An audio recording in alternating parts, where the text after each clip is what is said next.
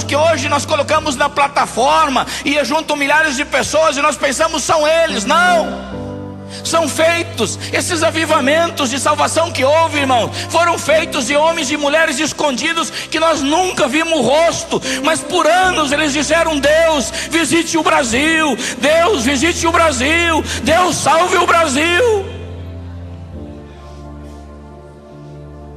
Foram verdadeiros intercessores, nunca mostraram a cara, nunca tiveram seus rostos estampados na mídia, mas poderão entrar no céu e ver que o céu é um fenômeno, que por tudo que eles oraram, havia espaço no céu.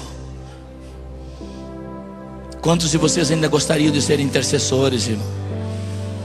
Fome para Deus salvar essa nação. Às vezes a gente se preocupa pelo que os olhos veem.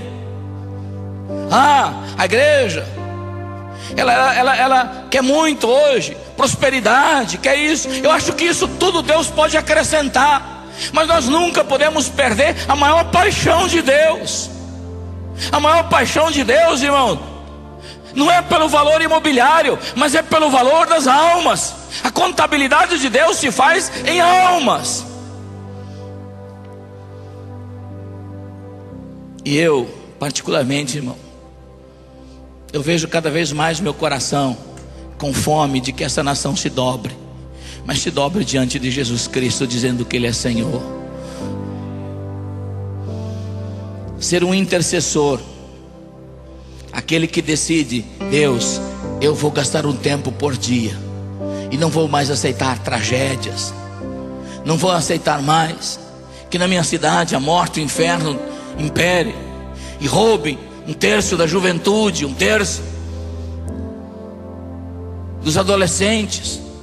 É aqueles homens e mulheres, moços e moças que podem vir numa conferência dessa e não querer que toda a conferência for para o seu ego, mas resolvido: Deus, eu quero sair com uma revelação no meu coração, de que o Senhor está comigo, que o Senhor não esteve só com Moisés, e quando eu orar, o Senhor vai tocar essa cidade, o Senhor vai parar a pornografia, o Senhor vai parar as drogas, o Senhor vai visitar o Brasil. É uma decisão de cada um. Na Segunda Guerra Mundial, tem um acontecimento na Marinha nos Estados Unidos que é interessante. Na guerra nos Estados Unidos, quando os filhos se alistam, me lembro quando veio o alistamento para os meus filhos se alistarem, me deu um gelo no coração, porque lá quando vai para a guerra não sabe se volta. Não é como no Brasil. O Brasil não é um país de guerra, os Estados Unidos é. E os filhos vão e muitas vezes nunca mais voltam para casa, voltam num caixão. E o filho de uma mulher crente, uma senhora pequena, fraquinha, já viúva, ele se alistou para a guerra na Marinha dos Estados Unidos, isso na Segunda Guerra Mundial. E então ele não era cristão. E essa mulher disse: Deus, eu não posso permitir que meu filho parta sem te conhecer. E o filho se foi para a guerra. E aquela mulher, todos os dias lá no seu quarto, dizia: Deus, não permita que o meu filho parta sem se arrepender. E esse moço, ele embarcou junto com mais 80 tripulantes num submarino. E nas águas do Japão, esse submarino pifou, seus motores apagaram, e eles desceram ao fundo do mar. Então, por comunicação, o comandante, depois de ver todas as condições de reaver os motores, não conseguiu, chamou 80 tripulantes e colocou a situação: nós temos oxigênio por mais 24 horas, depois todos nós vamos morrer. Uma máquina de milhões e milhões de dólares, 80 vidas. E ele, tentando aquele silêncio geral, perguntou: alguém conhece Deus aqui para pedir um milagre? Aí houve um silêncio em geral, ninguém falou nada. Depois do silêncio, aquele moço disse assim: comandante, eu não conheço, mas a minha mãe, ela conhece. Porque às vezes eu passo no quarto dela e eu vejo ela falando Deus. É tão íntimo. Ela fala com Deus. E aquele comandante então mandou que toda essa tripulação se ajoelhasse e fizesse uma seguinte oração: Deus, da mãe do soldado tal, visite ela agora, onde ela estiver, para que ela possa pedir um milagre, que a gente seja salvo. Isso era horário na madrugada dos Estados Unidos.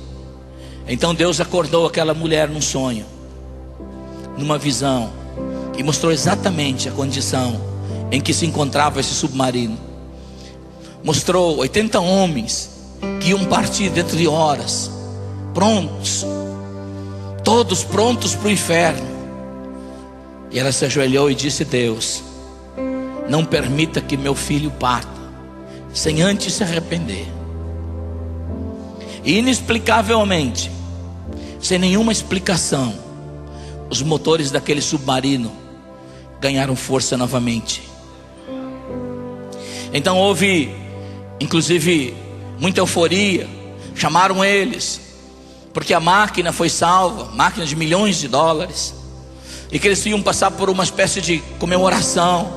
Mas o comandante disse: não, antes de nós termos qualquer recepção, nós queremos que você envie alguém, um mensageiro, na casa da mãe do soldado, e ela tem que falar desse Deus, porque se não fosse por ele, nós não estaríamos. Então, antes de qualquer homenagem ou comemoração, aquela pequena mulher viúva, Franzina, pregou o evangelho para 80 pessoas que se renderam aos pés de Jesus Cristo. Irmãos, eu gostaria que essas velhinhas nunca sumissem da igreja, porque às vezes igrejas inteiras acham que são carregados por músicos, mas não sabem que são carregados por mulheres às vezes frágeis, que se dobram horas e horas diante de Deus e dizem: Deus, visite a minha cidade, Deus, visite os meus filhos, Deus, visite essa cidade, Deus, visite.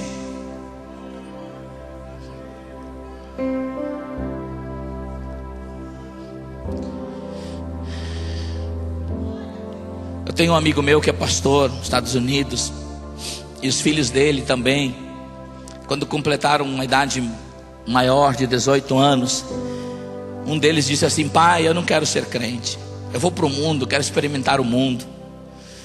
E o pai disse: filho, eu não posso impedir isso você, mas filho, você pode fugir da minha presença, mas você jamais poderá fugir da minha oração. Você pode descer aonde você descer, e eu vou orar por você. Você pode subir aonde você subir, e a minha oração te alcançará. E aquele pai nunca desistiu de orar pelo seu filho.